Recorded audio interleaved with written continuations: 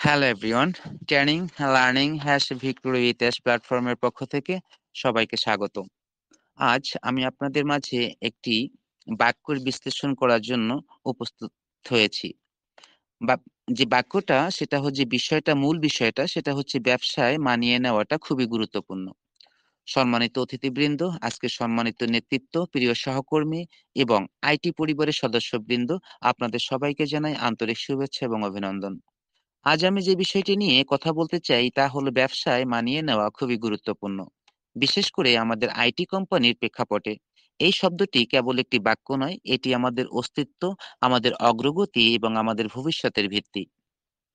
পরিবর্তনই আমাদের বাস্তবতা।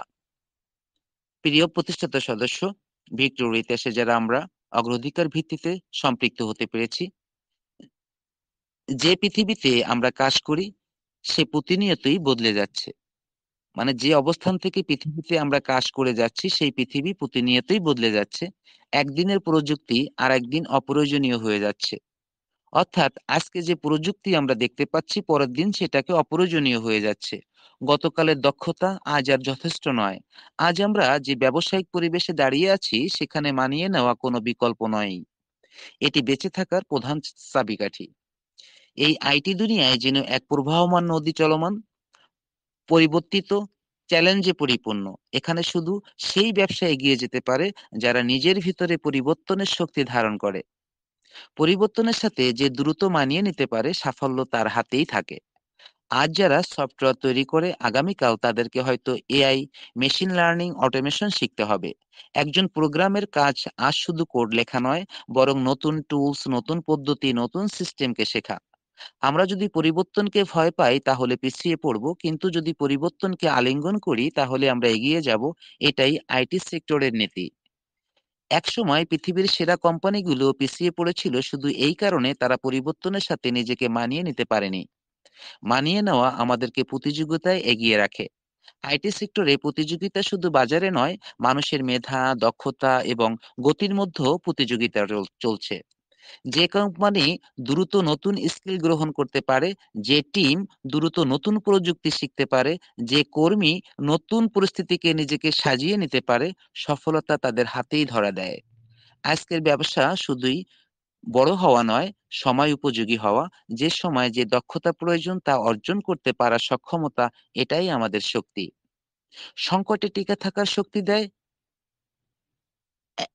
অ্যাডাপ্টাবিলিটি। একটি কোম্পানি কত বড় সেটি গুরুত্ব নয়, বরং দ্রুত সংকট মোকাবেলা করতে পারে সেটাই বেশি গুরুত্বপূর্ণ। যখন বাজারে মন্দা আসে তখন প্রযুক্তিগত ব্যর্থতা ঘটে। যখন কোনো প্রজেক্ট থমকে যায়, একটি বিষয় আমাদের বাঁচায়: পরিস্থিতির সাথে মানিয়ে নেওয়ার ক্ষমতা। কোভিডের সময় কি দেখলাম? যে কোম্পানিগুলো অনলাইন, রিমোট ও নতুন মডেল দ্রুত গ্রহণ করেছিল তারা টিকে গিয়েছিল। যারা পরিবর্তন মানতে দেরি করলো তারা কিন্তু গন। মানিয়ে নেওয়া নেতৃত্বের একটি চিহ্ন। একজন নেতা কখনো পরিবর্তনকে ভয় পায় না। নেতা জানেন সময় বদলাবে, চাহিদা বদলাবে, মানুষের আচরণও বদলাবে। যে নেতা মানিয়ে নিতে পারেন তিনি টিমকে এগিয়ে নিতে পারেন। যে নেতা মানিয়ে নিতে পারেন না তার টিম থেমে থাকে। আমাদের প্রতিষ্ঠানে যারা নেতৃত্বে রয়েছেন তারা স্পষ্ট করে জানেন, adaptivity is the backbone of innovation and growth. এই কারণে আমাদের প্রতিষ্ঠানের সফল টিমগুলো দ্রুত সিদ্ধান্ত নেয়, দ্রুত পরিবর্তন গ্রহণ করে, নতুন সুযোগ সৃষ্টি করে। মানিয়ে নেওয়ার প্রবণতা। যে কোম্পানি মানিয়ে নিতে পারে সেই কোম্পানি বাজারে নতুন সুযোগ দ্রুত ধরতে পারে। আজ এআই আসছে, আগামীকাল আরো নতুন কিছু আসবে। যদি আমরা সময়ের সাথে আপডেট থাকি, যদি আমরা নতুন প্রযুক্তিকে স্বাগত জানাই, যদি আমরা আজকের দক্ষতাকে আগামী দিনের দক্ষতায় পরিণত করি, তাহলে বাজারে নতুন সুযোগ আমাদের হাতে আসবেই। একটি কথা মনে রাখবেন, পরিবর্তনের সাথে মানিয়ে নেওয়া মানুষ সুযোগ খুঁজে পায়, আর যা আর যারা মানতে পারে না তারা সুযোগকে হারায়। কোম্পানির সংস্কৃতি শক্তিশালী কি অ্যাডাপ্টিবিলিটি?